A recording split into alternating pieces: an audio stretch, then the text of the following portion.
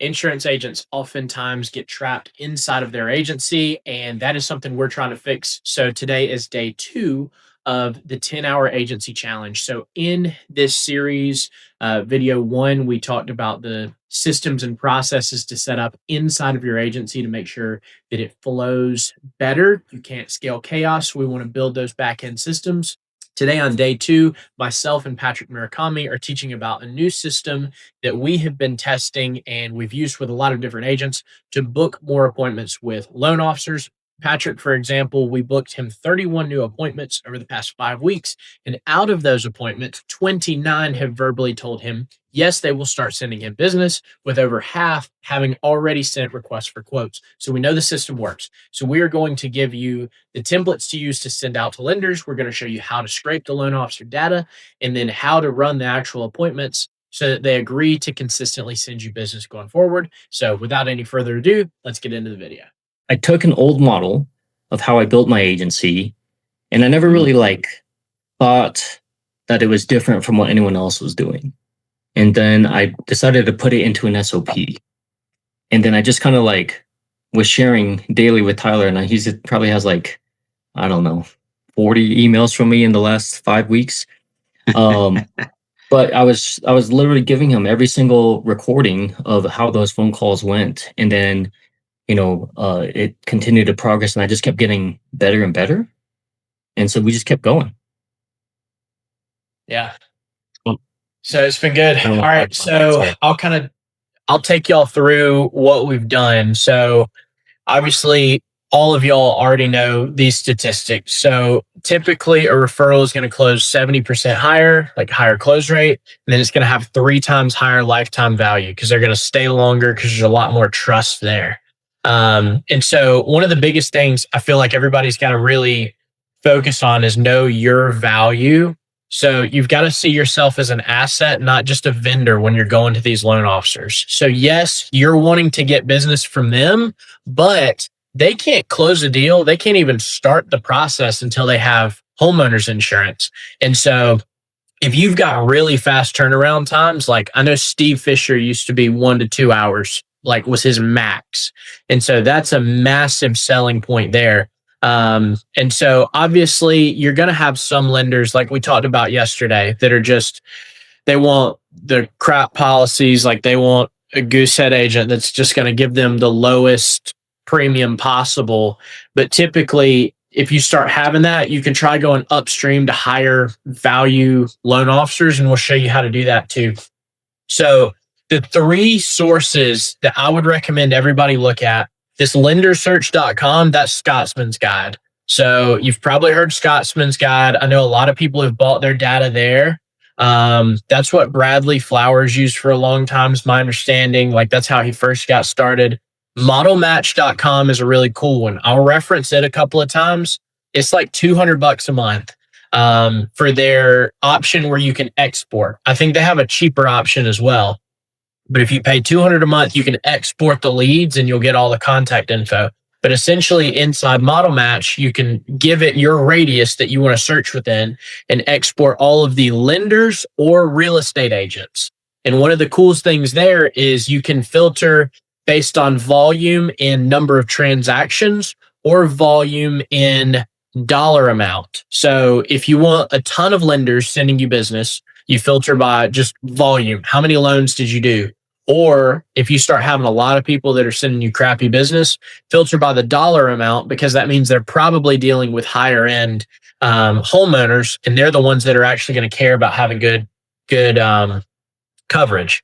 And so then the other one that I recommend is Zillow Lender Directory. So if you just Google Zillow Lenders, they don't have it on the homepage anymore, but you can get every loan officer in a zip code. And the kicker is Zillow typically has their cell phone number listed. It's always going to have a phone number. Sometimes it's going to be the office number. A lot of times it'll be a cell phone. Yesterday we looked at one and it had his fax on there. So they've got a ton of data, and that's how we go through and pull the information. What I did is I hired a guy and had him build a scraper. So anytime I want to go through and do this, I just type in the zip code that I want, and tell it I want a max of 1,000 leads or 2,000 leads, and it'll go scrape every person for 50 pages or however many, and we'll get the data that way. But this is basically the script that we were sending. It may have been like slightly different, but essentially we were sending, hey, first name of the loan officer. My name's Patrick. I'm an insurance agency in Colorado Springs, planning a first-time homebuyer seminar with some realtors, and we need a lender to speak. Wanted to see if you'd be interested. And so essentially what we're trying to do is get them a way to build their business. So on this next page, so all of these loan officers are getting hit up by insurance agents all the time, begging for business, wanting to drop off donuts, whatever it may be. And so this is just a different foot in the door so that you can start the conversation. And so what Patrick's been seeing, he's not even, have you done one of these seminars? I know you've done them like in the past, but have you done them since we started this outreach? We have not, but I booked 17 strategy sessions between now and through January 8th of those 29. But we've also, the crazy part is we've received almost 50% opportunities from those in terms of opportunities to quote homes already. That's awesome. So 50% have already sent quote requests, and he's not even done a single one of these seminars. And so we're reaching out, and in that first meeting, it's just having a conversation saying, hey, I want to chat about a first-time homebuyer seminar, but I'd love to just get to know you. Can you tell me about your business? Can you tell me what types of clients you go after? Do you like VA loans? Do you like first-time homebuyers? And they'll just take it from there and build a relationship. And if they do want to do a first-time homebuyer seminar, like we have all the documents, I can send it to you. We have slides pre-made. We have everything you need. You can tell them what to talk about. And so we can give you all that data as well. So if you do start having to go down that road, you got to find real estate agents. You probably have some that you're friends with. If you don't, they're all over the place. In our next slide, we'll talk about that. But essentially why this is working for us is these loan officers, they just want to grow their business. And so Patrick obviously has a wealth of knowledge on how to grow them on the social media side. But we're using this first-time homebuyer seminar as a foot in the door to just start a conversation because they're seeing the initial text, thinking they want to grow their business, and then he's able to get the meeting. And so if you've got some stuff in your back pocket about how to grow on social media or just how to drive traffic to one of these webinars or seminars, then you can start having a lot of success. As far as finding the perfect real estate agents, if you go in a local group, like around here, we've got Greenville Young Professionals. That's like the most popular Facebook group. If I go post in there today and ask for a real estate agent, I kid you not, we will have 400 comments in the next hour. We'll probably have 800 within 24 hours. Like it is absolutely ridiculous. And so if you've got a local yard sale group, buy sell trade group, or whatever it may be, you can find a real estate agent fast. You can also go on to Zillow. There's real estate agents everywhere, same strategy. Model Match you can also use if you want to filter by their actual sales volume so you can find higher producing people. But it's pretty easy. Typically, what we've found is realtors do these things fairly regularly or do some kind of lunch and learn in their offices. So they're used to bringing people in. So typically they have a conference room where they teach these classes. And so if the loan officer asks, tell them, yeah, we can do it at your office. We can do it at the realtor's office, or we can do it online. So there's a few different ways. And surely if you guys want to do it at your office, that's your prerogative. But that's kind of what we're seeing. So the actual meetings, I think just listen and start the relationship. And Patrick, he's got some really cool graphics that he goes through. Do you want to talk about some of the stuff that you're doing that's helped like convert the meeting so well? Because it's one thing to book 30 appointments, but to get 29 of 31 to agree to send you business is wild. Yeah. So the biggest thing that Tyler talked about is that you're saving the deal, right? And I was trying to pull up on Facebook because I have this specifically in my training where it basically tells people, look, I just saved everybody's commissions, right? And I basically said, due to DTI issues, I was able to turn around, save the deal, so that way everybody could turn around and basically get paid, right? So what's funny is that I use this in my training. I'll show you the slides and everything, but it basically is one of the tactics to basically get other people in the industry to be able to see what we're doing. On that specific post, the people that liked it the most were lenders, realtors, and people in insurance. Okay. But when you get to a conversation, you are what we call a deal architect. You're not closing and chasing business. And if you are and have been chasing leads for a long time for the lenders and realtors, those are not the people we want to work with. Okay, if people are asking for kickbacks, do I get a gift card? Do I get a commission split? All that stuff? No, we're not dealing with that.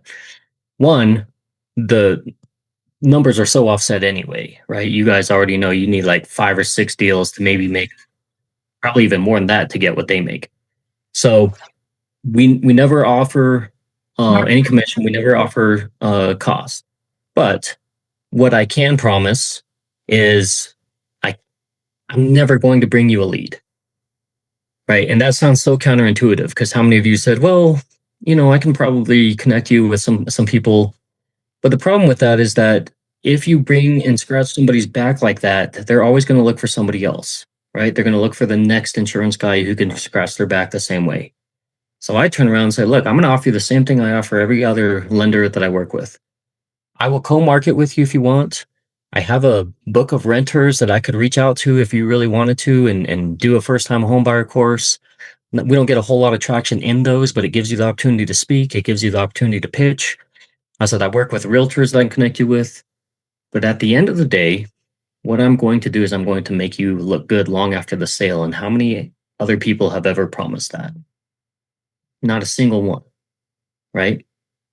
First of all, show of hands, anybody here ever been to a home closing?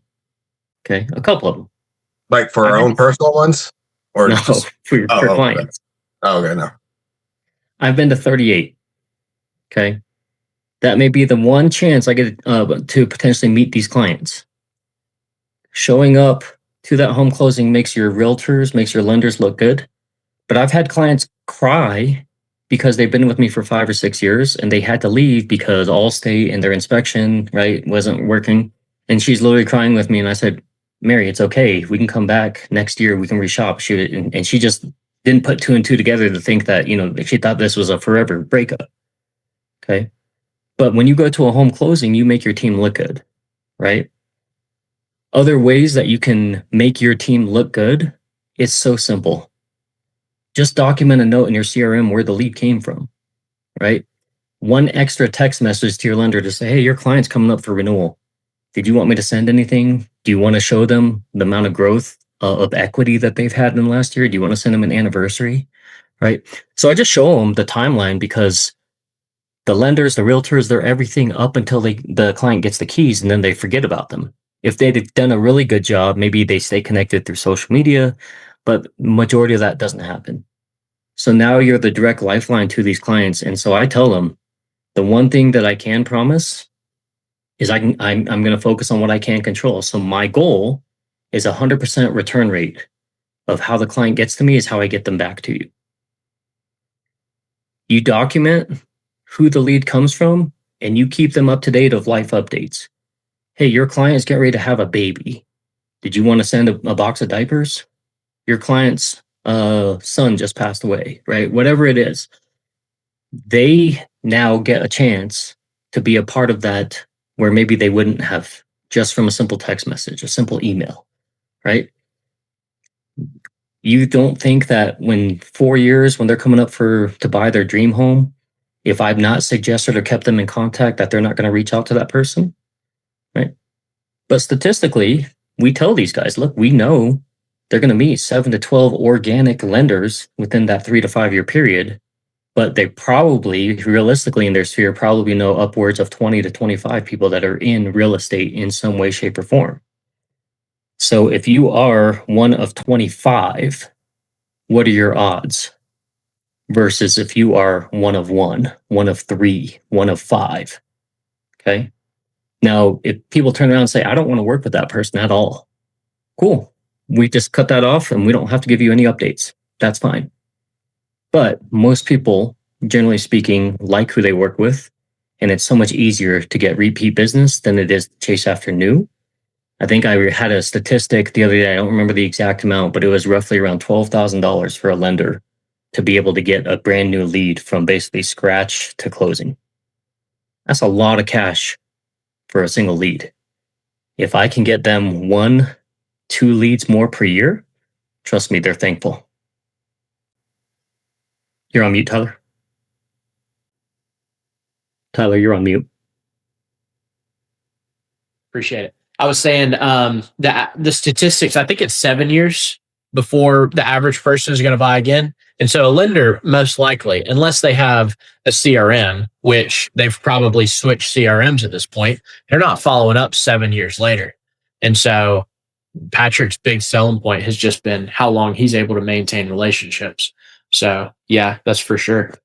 I just put a copy to the slides in the chat, as well as our initial SMS and the follow-up SMS. Feel free to tweak these. If you can shorten it any, that'll help. Like, shorter the better. But one of the things we found early on is when we were booking some of these appointments, lenders were like, who the heck are you? So we wanted to include the insurance agent piece. We didn't want them thinking that they were having a meeting with a real estate agent, so that they weren't going to come in and just immediately try and start selling. So doing it this way, it feels like it's worked well. Patrick, have all of yours been over Zoom? Yes. Okay.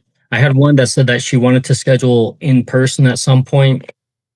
She actually called to verify to make sure that I was legitimate running this campaign, right? And so, like, I didn't know the messages that were going out that Sean was booking, and so she messaged me, she emailed me to verify. She's like, "Is this you running this campaign?"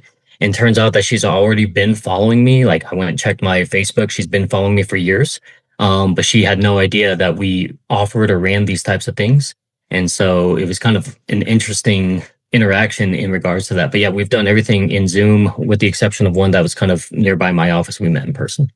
That's cool. I know that we've got a few agents that have done this. Pretty much all of them have been over Zoom. I know that one, if you guys are just cranking this out yourself, you can send it onesie twosie. You can have a CSR do it just when they've got downtime, or a VA doing it when they're not busy. We've got Katie Maldonado. I don't think Katie's here today. Either way, we sent out, I think, 1,000 for her over the course of last week. So we were sending like 200 a day. And she sent me an email earlier asking me to turn it off because she had gotten like 25 appointments booked already. So it really does work. So if you guys follow this script, what we're seeing is roughly 2 to 5% conversion on this SMS. So if you send out 100, you should book 2 to 5 appointments. And so you can just back into the math there. Patrick and I talked through the math of like the average loan officer.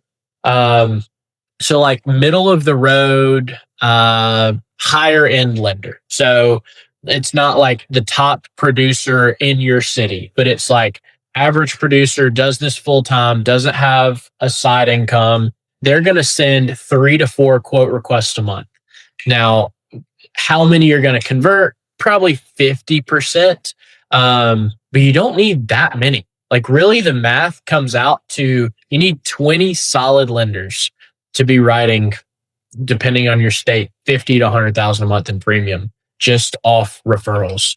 And so under that math, you need to send out about 1,000 texts to get your number there. So, but that's the basics of it. That's what we're doing. Does anybody have any questions? Patrick, how are you? So like when your team takes in that call, let's say 2 years from now, someone has a baby, you're tagging them with that lead source, John Smith, as the mortgage broker, right? And they're just manually sending out the text there, or like, do they create a follow-up for that, or like, what's the process for that? You have that documented out? We just asked the lender, what is your preferred method of contact? Ideally, like right now, once a quarter, I send an email that basically just talks about what are the current updates, what's the market seeing. Tyler, if you're okay with this, I'm happy to share kind of what I've created to kind of showcase what people and kind of how we're getting them sold on the idea of working with us. Yeah, I think you should be good to share your screen. If it's not, let me know. Sweet. Okay. And guys, like I tell people this is a 20-minute thing. It's literally 5 minutes. This all probably looks familiar, right? Everybody's imagines that's what a real estate transaction looks like. So what I tell them is that I want this. Okay. And so I told them if I have great communication with you and also the client, we're going to get to the closing table a lot faster.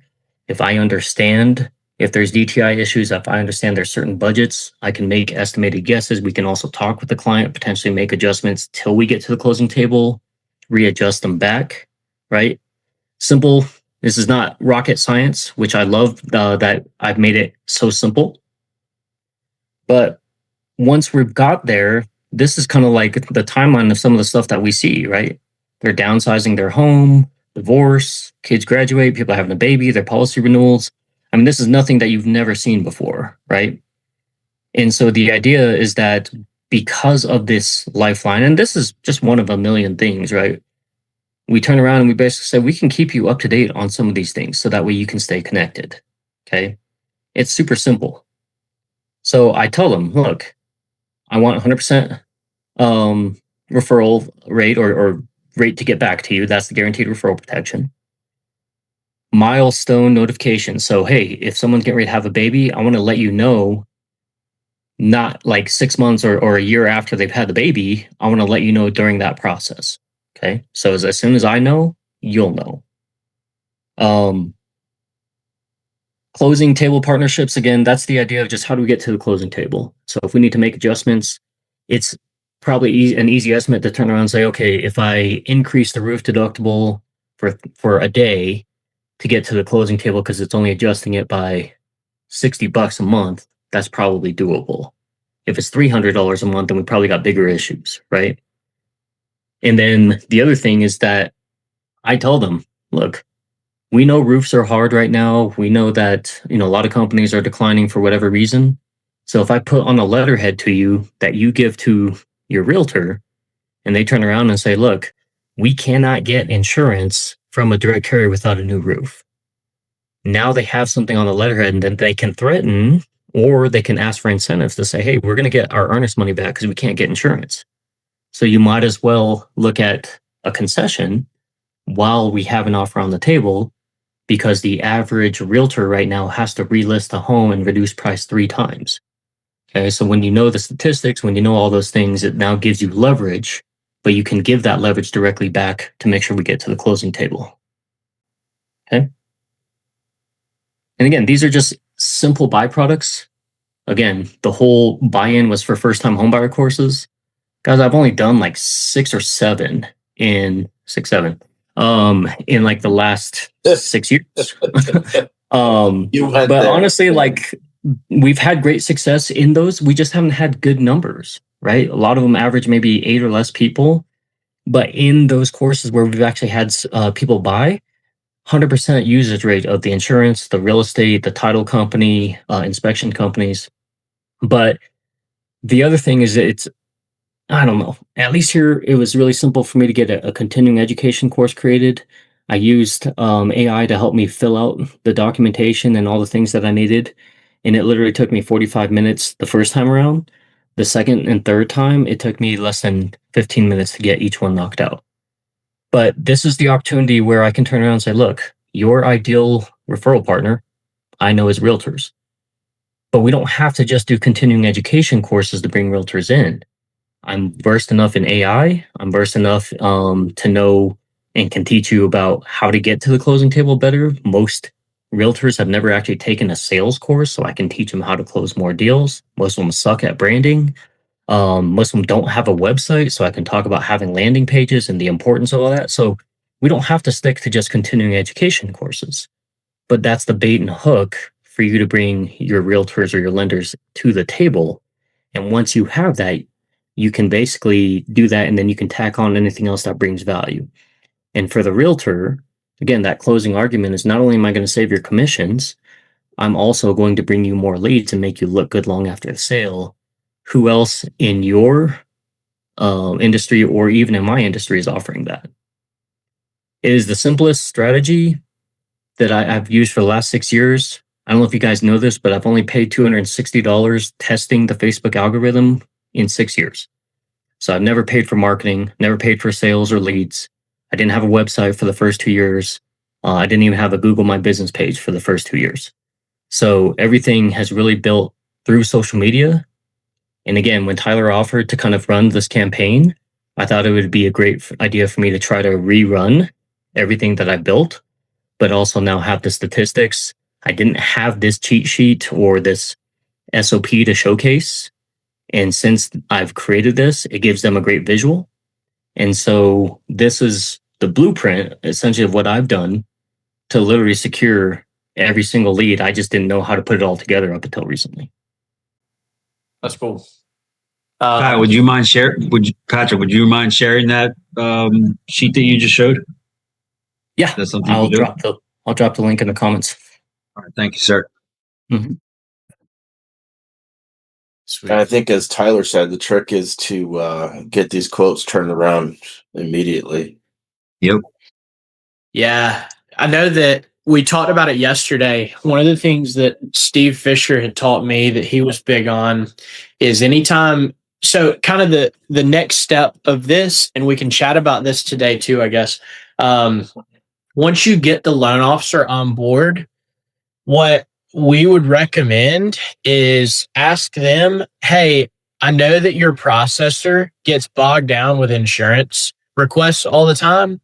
Would it be okay if I just teach them a quick little class on like home insurance? I can tell them what to do if DTI is tight. I can tell them what to do if they need a quote faster, etc. But one of the things that Steve did with all of his loan officers is he got the processor to include a packet inside of their request forms when somebody's requesting to get a loan. And it went ahead and gave him permission to pull credit so that he would instantly pull quotes. And Steve had like probably 8 VAs. And that's just all they did all day long was just flip these quotes back to lenders. So my concern there's a little bit of a gray area. By law in South Carolina, a licensed producer has to be the one that gathers the information and presents the information. And so I feel like there's potentially an issue if you've just got a VA straight up sending the quote back to the lender. Obviously, it's not finalized yet, but I feel like a producer needs to see it first. But if you've got somebody in your office or if you're just at your desk, have the VA send it to you and you just flip it back to the lender. It's easy enough as long as they're like following whatever quoting guidelines you guys have for homeowners. Yeah, my lead form goes directly to my VA and he turns it around back to the producer within 10 minutes. That's wild. With the quote and everything done. That's quick. So you know what's really crazy is that I've never promised delivery or speed. I've always basically said I'm going to keep open communication with you, and I do. So I'll text the realtor or the lender. I put them in an email thread or a text thread, and I just said, look, your client reached out. Here's what we're doing, but here's also where we're at in the process. Never once have I had somebody turn around and said, oh, you guys did a terrible job, even if it was 2 days later, 3 days later, because we're waiting on underwriting or whatever. So if your communication is great, it combats the need for speed. And if they do need that, we just tell them, if you're under a tight deadline, let us know. We can reprioritize. And so it's very different because everyone else is always like, well, I'll get a quote to you in 20 minutes, right? So also, if you are using Canopy, create their own QR code for each individual lender. Give them that QR code, give them that text message. It's going to go directly to you and you tell them, look, if you want to speed this up, just send this to your client. They can upload their documents and then you let me know the address on the home. It'll go directly to my email. My team will start that. It'll push into their CRM. Here's the additional info that we need. Now we've actually accelerated the time where I don't have to speak to the clients necessarily directly for that first 15 minutes. I can actually work up a quote and then call and gather the rest of the details. But I've never delivered speed and said I'm going to deliver a quote to you within 30 minutes. I know a lot of people promise that. But for me, we are really diligent, make sure that we go through these quotes and we do a comparison and all that stuff. So our quotes actually take longer. A lot of our typical turnaround time is actually 24 to 48 hours. Never had anybody complain about that. One I'll of the follow things- up kind of look at that too, Patrick, because Yep. We've done this for years, and it started out with running ads for homeowner leads and giving them to loan officers, and I've gone around the block a whole bunch with this. But when I first talked to them, I explained to them how my process works.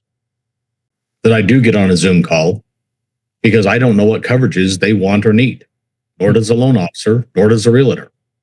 So if the communication is there that as soon with realtors, it's as soon as they go under contract, that due diligence period, that's when they're to reach out to me to find out what's the roof age, how many claims are on the property, all of those kind of things that they can't find through their systems.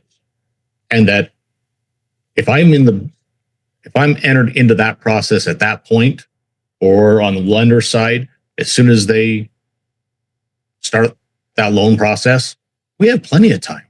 Time's not an issue. Right. Yeah, there's exceptions to the rule where somebody screws up or somebody else's policy didn't work out, and they need it quick. That's fine. We can do that. But I don't want those lenders on a regular basis that tell me to jump and I have 20 minutes to jump. Yeah. It's never a good experience. Yeah, for sure. One of the things that Patrick has going in his corner, I just went and looked at his Google reviews. He's got 130. And one of the recent ones, I saw a lady had left in her review. Every time I've ever interacted with him, I always leave like I was treated like family. And so that's another thing. If you're not promising speed and it's just like, hey, I'm taking care of you like I would my family, I think that's cool too. But a lot of Patrick's reviews look like that. So that's cool. Well, and that is actually a tagline that we use, right? And we turn around and we say, look, we can't recommend coverages, but if I was talking to my friend or if I was talking to my best friend or my family, here's what I would explain to them. And that basically sets the tone to let them know. And one tagline I use all the time in every single phone call is that I would rather you call me and say, thank you for having that coverage versus why don't I have that coverage, right? Mm-hmm. And it eliminates the ability for selling off of price. Could I sell you a cheap policy? Absolutely. But I promise you, you've worked your ass off to own these assets. You've worked really hard.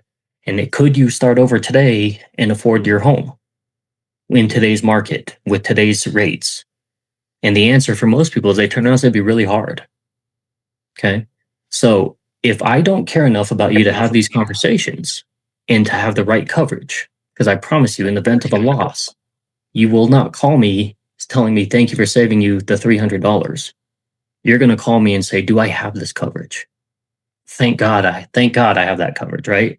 And be like, yeah, we had this conversation because you wanted to look at foregoing that with the other quote or the other guy.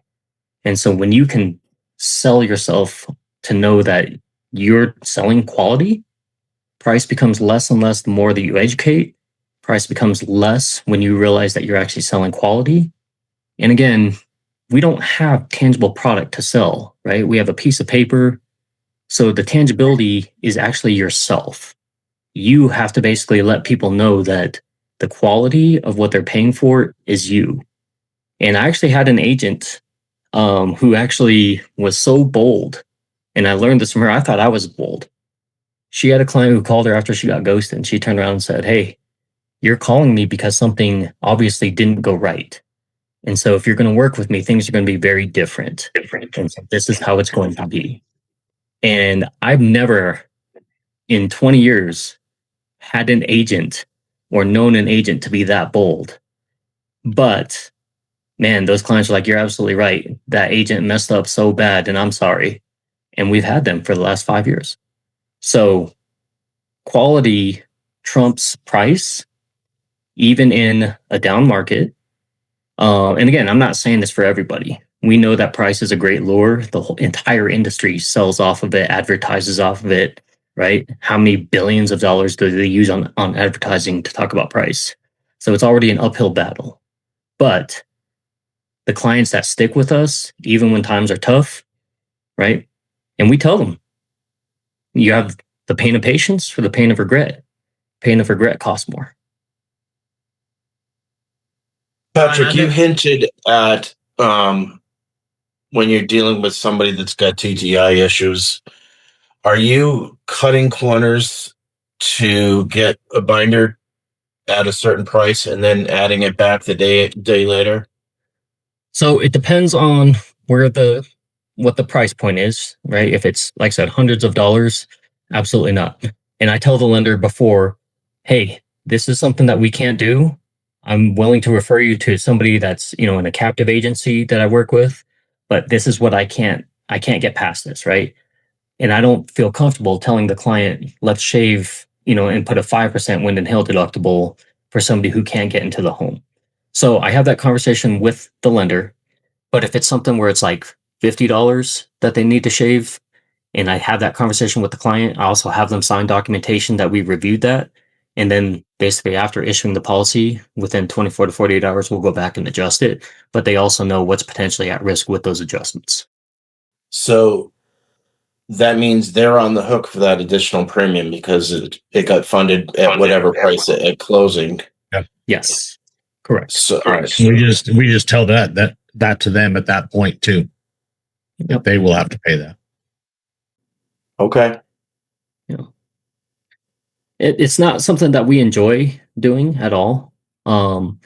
Just like we don't enjoy writing policies below 100, 300, right? So we've now mandated that basically if you're not writing 100, 300, if you're not bundling, if you're not looking and taking on the umbrella, if you're not taking flood, we've had those conversations, you're signing off that we at least talked about those with you on every single client. And it's gotten to that point where, it's not worth it to not have that signature form. And so we're doing that before we give them the ID cards. We're having them sign that before we're processing payment. We're kind of holding the policy hostage until we get those signature forms now. All right, what's tomorrow, Tyler? Tomorrow, I think we can talk through. I know Brandon's got some work that he's got to handle tomorrow, so he may be late. So Thursday, he's probably going to do his sales training. Patrick, do you want to go through some of the reviews and SEO stuff we've been talking about? Yeah, definitely. And then we can talk a little bit about also how you can help these clients lead gen. And we can also, I'll show you some of the stuff that we've done within ChatGPT that most people aren't accessing, and it's super simple. That again, it's going to go ahead and give great value to them, and they're going to be like, I had no idea about this, but these are again the courses that you can have them fill up to get realtors in the door, right? So now you're working with realtors and the lender, and you can do this repeatedly. So I'll show some of those things, and we'll talk about kind of the SEO pieces and really what you should be doing to help grow your agency without having to front a lot of cost. May take some time. You may have a VA that can already handle a lot of this stuff, but essentially everything that I've done was strictly through social media organically with zero cost. Somebody told me I was the king of free, which I didn't know if I like that or not, but I figured, it is essentially what we've done to do everything. And again, I'll show you guys my ranking for Google. We suck like in terms of visibility, and it's gotten so much better now, but I'll show you just how bad it is. And yet we've been able to do everything that we've done without all of these things. So